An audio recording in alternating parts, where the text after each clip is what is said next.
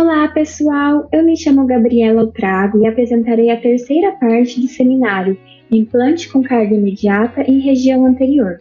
Nesse vídeo, eu falarei especificamente sobre perfil de emergência.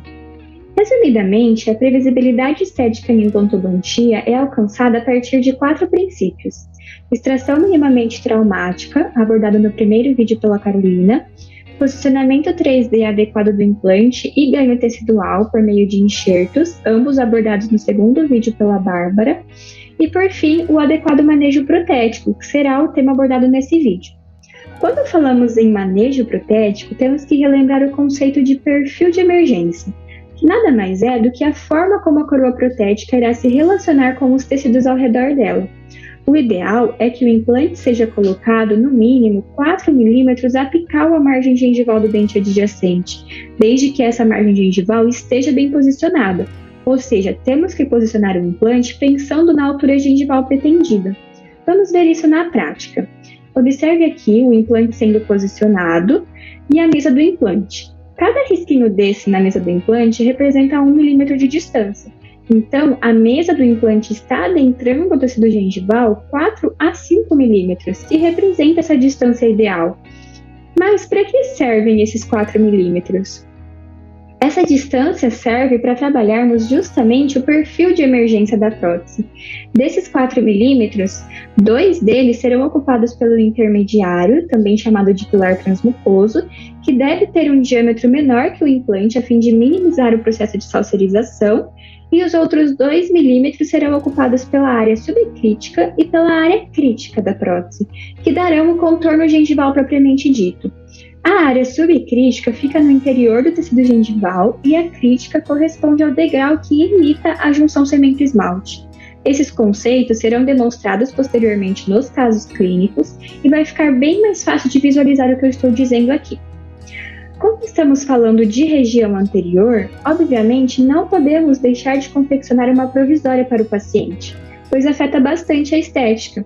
Para isso, há 3 métodos diferentes de confecção de provisória sobre implante em área estética, e são eles: confecção a partir da resina flow, que é muito utilizado em casos de implante com carga imediata, cicatrizador personalizado e ponte coval.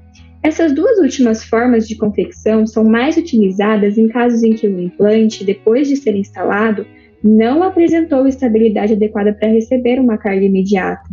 Embora o tema do seminário seja implante com carga imediata, é essencial mostrarmos também alternativas para alcançar o perfil de emergência mesmo quando essa carga imediata não foi atingida.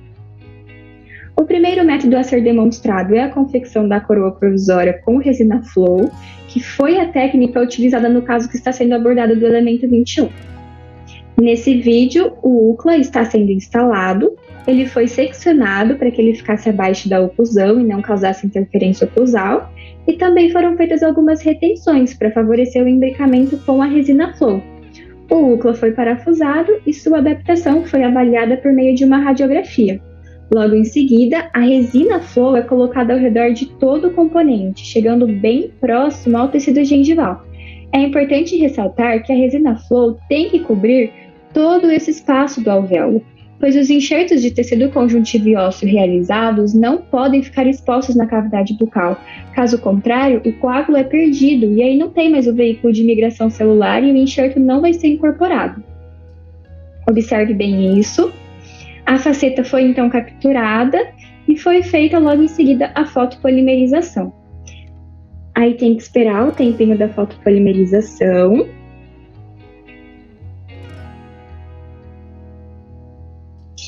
Depois disso, a faceta é desparafusada, removida e analisada fora da cavidade bucal. Então, a faceta sendo removida, e observe como essa faceta fica muito bem unida ao UCLA. Para dar o contorno adequado da coroa, foi acrescentado mais resina flow, só que agora fora da boca, justamente para facilitar o trabalho do profissional. E depois de todos os acréscimos da fotopolimerização e dos desgastes necessários, nós obtivemos esse resultado. Observe aqui, bem evidente, a mesa do componente protético, a região crítica e a região subcrítica. Então, a mesa do componente protético, a região subcrítica e a região crítica. Mais para frente nesse vídeo vai ser feito um desgaste na área crítica e vai ficar bem mais fácil de mostrar essa região para vocês. Na hora de colocar a peça em posição, ela precisa entrar de forma ligeiramente passiva. Se tiver algum local comprimindo, tem que ser feito desgaste na região.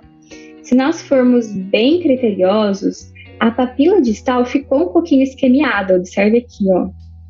Então, com a peça em posição, nós vamos fazer um risco com a lapiseira, delimitando a posição do arco côncavo regular.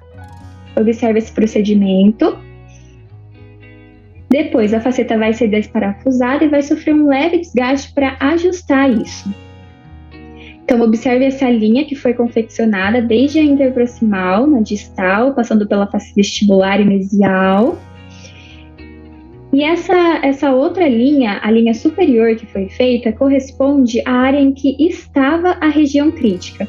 E a linha inferior, a região que essa área crítica deve ficar para favorecer o posicionamento do tecido gengival. Para ajustar isso, foi feito um desgaste com a própria MaxiPut. E observe nessa visão o degrau bem evidente correspondente à região crítica, que vai determinar o posicionamento adequado do tecido gengival. E esse é o resultado que queremos atingir. Note como ficou bem definido a região do implante, o pilar de 2 mm e o perfil de emergência com mais 2 mm. Novamente, eu relembro aqui a importância dos 4 mm de profundidade do implante em relação ao arco côncavo regular, que é importante para dar esse espaço para trabalhar o perfil de emergência adequado. No vídeo, nós vimos que a faceta foi capturada, mas como essa faceta foi confeccionada? Existem duas formas de confeccioná-la, e a escolha depende da condição da coroa atual do paciente. Nesse caso, do elemento 21, a coroa foi totalmente preservada no momento da extração, então ela foi usada para confeccionar a coroa provisória. Aqui nós temos as imagens do passo a passo. Então, a coroa recém-extraída foi moldada em uma matriz de Zeta Laber. As duas partes da raiz do paciente foram coladas com super bonder em um pino de fibra de vidro e também foram moldadas. É importante copiar a raiz, pois o perfil de emergência no 1º milímetro abaixo da gengiva precisa ter idealmente o formato da raiz para dar uma conformação adequada. Com isso, obtém-se a cópia perfeita da vestibular e da interproximal, tanto da coroa como da raiz. O molde é completamente preenchido com resina flow, dando origem à faceta. Porém, quando a coroa do dente apresenta-se destruída, essa faceta é feita a partir de um dente de estoque. A diferença é que o dente de estoque, por ser confeccionado com acrílico, é melhor utilizar a resina acrílica e não a resina composta, a resina flow. A desvantagem é só a questão do tempo de polimerização, que é um pouquinho maior. Por outro lado, quando a estabilidade para a carga imediata não foi atingida, podemos recorrer ao ponte oval.